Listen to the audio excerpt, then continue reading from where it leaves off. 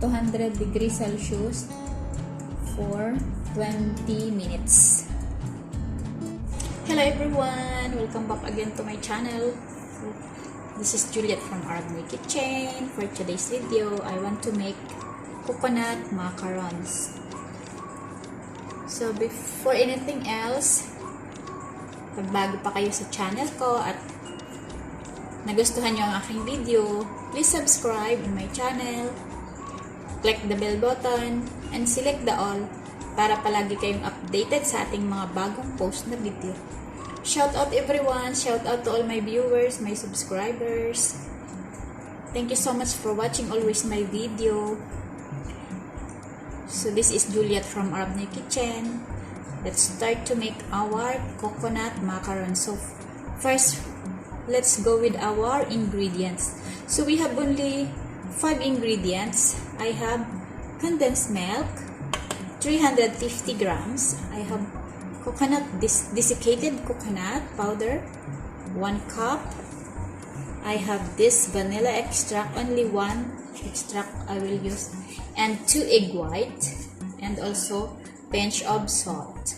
So guys, let's start to separate our egg yolk from egg white.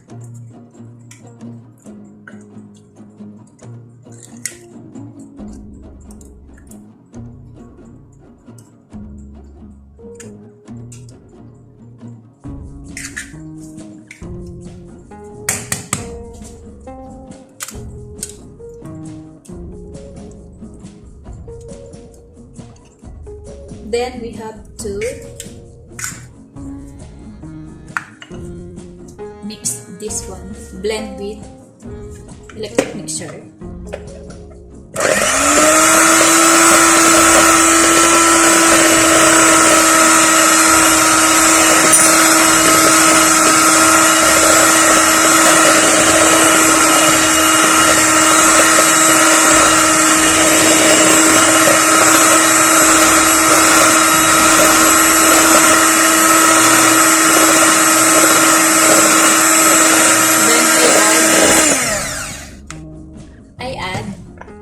The condensed milk,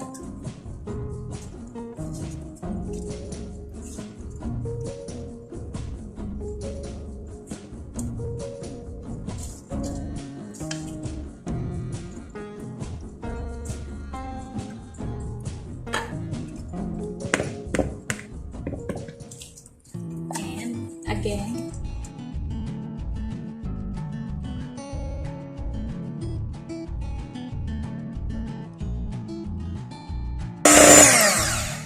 then I put our desiccated coconut.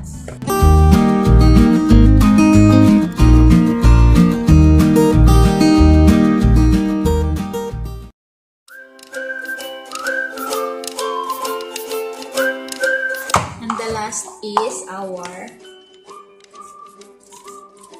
vanilla, just only 1. Okay, enough.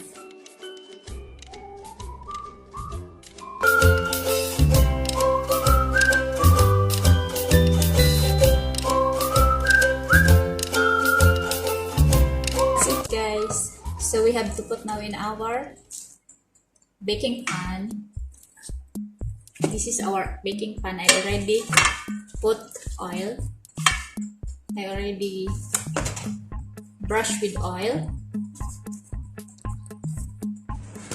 So let's put our macarons now in our baking pan, just like this.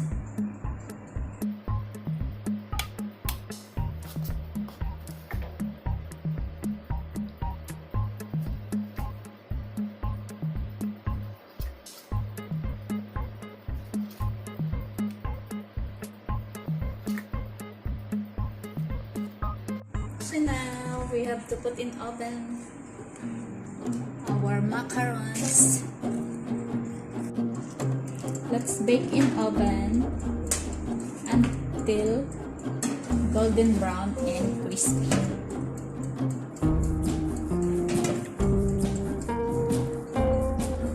So it's already cooked.